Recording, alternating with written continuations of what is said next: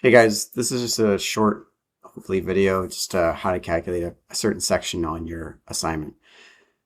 So ventilation heat loss is the piece I want to cover here. The spreadsheet looks like this. I do want to make one point though. This cell here, I think it's currently called RZ. It should be PZ. So if you want, just make that update. You'll see RZ is not a value that we use. So PZ should be in that spreadsheet. So I'm just going to go over these pieces and how to calculate this out. Where you're going to want to start is you want to go on to Brightspace, and there's a couple PDFs I've put up here under assignment for materials. One is called occupancy load, and the other is the ASHRAE tables. So we're going to use both these on how to calculate this. The first step you want to do is look at your occupancy load. So this is from the building code, and what this table determines is basically how many people are expected to be in your building. And the spreadsheet, what this ventilation piece does is it's going to calculate how much energy basically does your building need to support heating the space for based on the people that are there.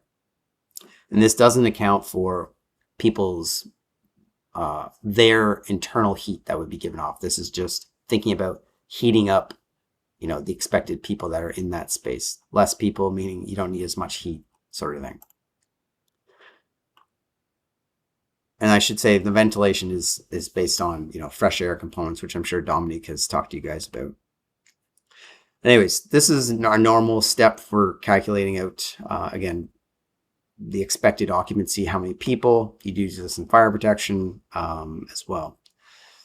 So this basically has on the left-hand side the assembly use. The assembly use meaning what is the general occupancy of that space.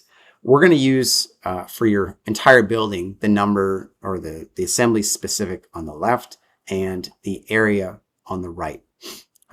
In normal design, if we had a normal time, you can go space by space to calculate each individual space, say calculate an office space and whatnot.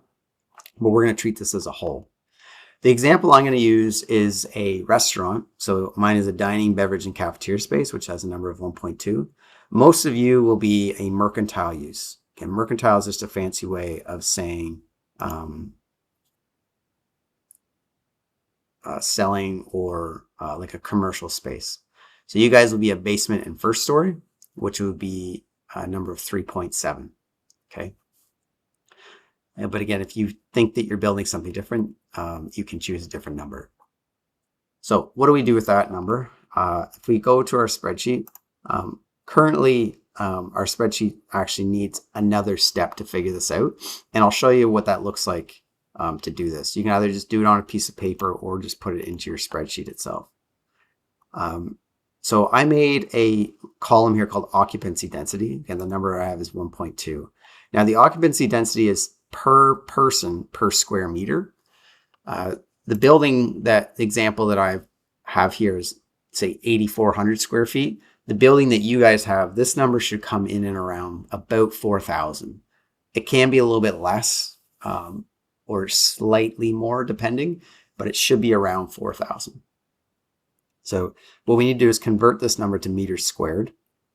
All right, so I just made another little calculation off to the side here. And so if I take 0.3048, which is converting from basically feet to meters, right? This building is about 780.25 meters square. And again, you guys will be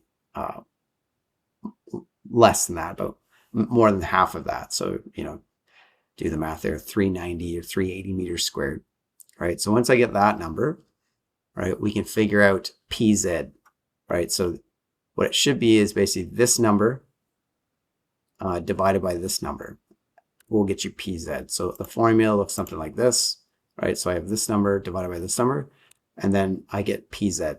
So again, that's the total occupancy that I should expect in this building at this time.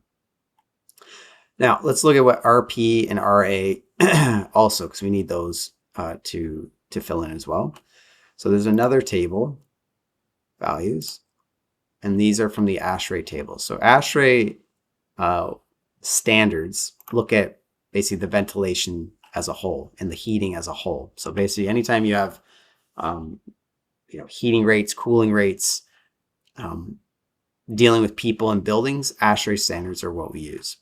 So I've highlighted basically the definitions that we should know for making these calculations. I'm going to start with VBZ, so breathing zone outdoor airflow. So the outdoor airflow required in the breathing zone of an occupiable space is equal to VBZ, is equal to RP times PZ plus RA times AZ. So in a building, what we're trying to do is bring in fresh air. How much fresh air do we need? Well, it's based on these 4 pieces. So zone population, right? This is the first piece that we just calculated. In table 6-1, they have a way that you can calculate it, but the building code is typically the way that we calculate this piece. So we're just going to use the building code for this. RA, all right, so RA is the area outdoor air rate. The outdoor airflow rate per unit area to be provided in the breathing zone to dilute contaminants that are emitted at a rate that is related more to floor area than to population. Okay, so that's one piece. RP, people outdoor air rate, so the outdoor airflow rate per person to be provided in the breathing zone to dilute contaminants that are emitted at a rate that is related more to population than to floor area. All right, so these are very close. So it's basically just using, again, the zone population and the total area of that space to figure out a ratio basically of the area and people in that space to give us how much air do we need to bring in. So if we keep scrolling down this table, you're going to see this is the table that we're going to find those values. So the first step is identifying the occupancy category for your building, right? So the occupancy category is here on the left-hand side, right? So if we scroll down here, there's going to be some options. This is the one I'm going to use today, which is restaurant and dining rooms. Again, you guys would be looking for a retail space or mercantile. I believe this one actually has retail space. So here, so there's your sales, which most of you guys have. You would be in this column and then using the highlighted columns of CFM per person and CFM per square foot. Okay.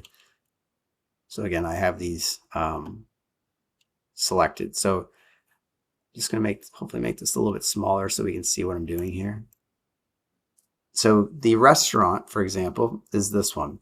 So my RP value is the first value in the column, right? So I have 7.5. So if I go to my spreadsheet, all right, RP is 7.5. So I would just type that into the spreadsheet. The next number is RA, CFM per foot squared. Sorry, I'm just getting my windows here. In this case, it's 0.18. So I'm going to use this column. And the reason I want to show this on the video is just be careful because there's liters per second. So these numbers here are the metric versions, all right? And they do blow up your numbers if you decide to use them. So only use the highlighted columns. So this would be 0.18. And so when I put these numbers in, you should get a Q airflow. All right, so that's just, if we look at the numbers, again, RP times PZ plus RA times AZ, which is the formula using the ASHRAE standards.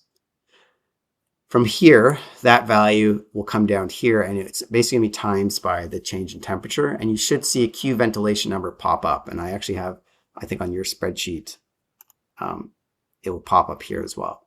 Okay, so when you put in those numbers, again, you should get a value, and you should start to see on total heat loss, a ventilation number come up.